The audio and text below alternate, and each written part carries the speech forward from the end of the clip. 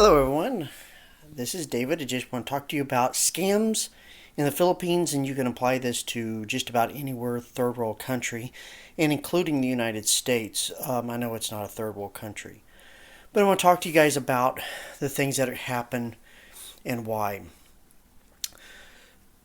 In the Philippines, they have such a poor time getting money in; it's very difficult.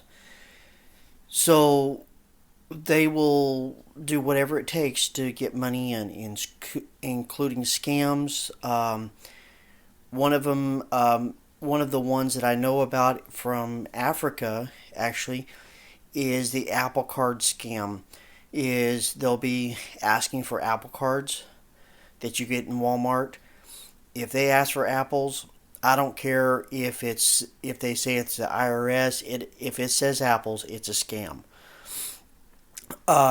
What happens in the Philippines is mainly they talk one on one. They try to get you to fall in love with them, and one of the main things is they sit back and say, "Oh, my grandma's or some family member had just had a heart attack or some emergency procedures, and they're asking you to send money." That is one of the scams that they do.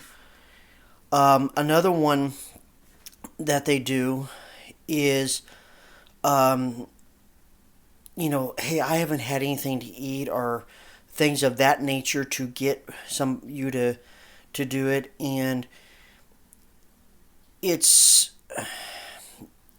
sometimes there's two different types of scammers. One of them will do it in the first 15, 20 messages back and forth, and then there are some that go for months to ask. If you are dating a woman from the Philippines, they have enough money to take care of themselves. Yes, it is hard. Yes, it's very dramatizing sometimes because of the lack of money that comes in. For an average person working at a mall or something like that, it's about $200 a month. Um, Sometimes less than that, sometimes more. Depends on where you work and how things are. And the rent is $200 a month. So they're breaking even. So this is why they have multiple family members living under one roof. And they just kind of all throw their money into as the money bag or the pot, they say, to do electric, food, rent, whatever they need to do, and that's how they survive. It is very, very good. Yes, there's families bickering and stuff like that, and that's everyday kind of thing. Another thing that the only time if you are dating someone, there's two times that you should ever send money. One is if you are incurring a bill for that individual, such as if you're webcamming a lot, they do not do it like do not have an unlimited plan. You might want to offer to, if you want to talk to them a lot more, you're really getting interested in them. Say, I want a webcam. Would you like me to help you with, keeping more what is called a load on your phone? It's there. Everything is prepaid there in the Philippines. Um, it shouldn't be that much. Maybe $10 or $15 for every 2 or 3 weeks. It's not that expensive, and that would do it. The other time you would do it, if you're going to go see her and there's traveling, there is more expense, then you would offer to pay for the flight to Manila if you're meeting her there, or for her to come to the airport to pick you up. Anything that is extra depends on how far they are in from the airport, the main airport. Something very important to do that. Um, those are the only times you should ever be sending money. If they are asking for money for a gift, you don't need to be doing that. That is a a good Filipina will not be asking for money for herself. She will not sit here and say, "Hey, my child hasn't eaten today." That is not your concern.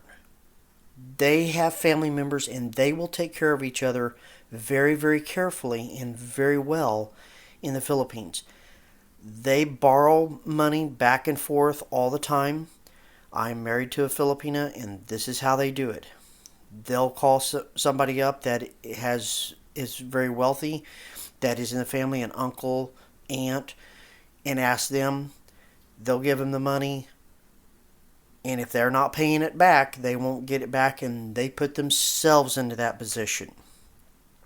That's none of your concern. One of the things that you can learn is if the woman is from Manila, most of the time they're not going to be a very good woman unless they come from the sticks and that are coming back. And the farther from a big city, the more humble they will be, the more respectful they will be, and the better wife they will be. Not all the time, but that is a general rule of thumb that you would like to go by.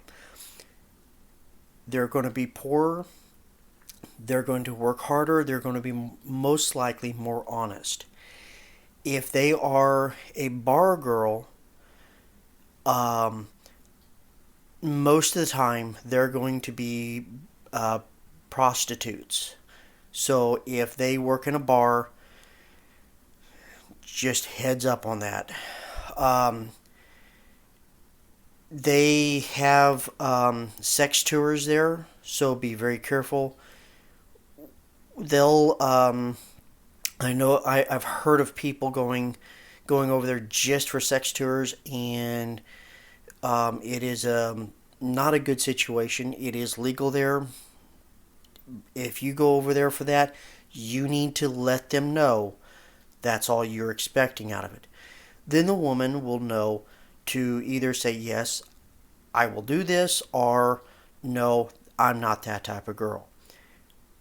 Then she doesn't feel betrayed in her time with you. Then she knows that's just as far as you want. If you are talking to multiple women, you also need to let them know you're not the only one I'm talking to. And then they know and they're okay with it. But if they feel like you're lying to them, they are going to get mad. And it's not a good situation when you step in and they find out you're talking to another woman, and they feel betrayed.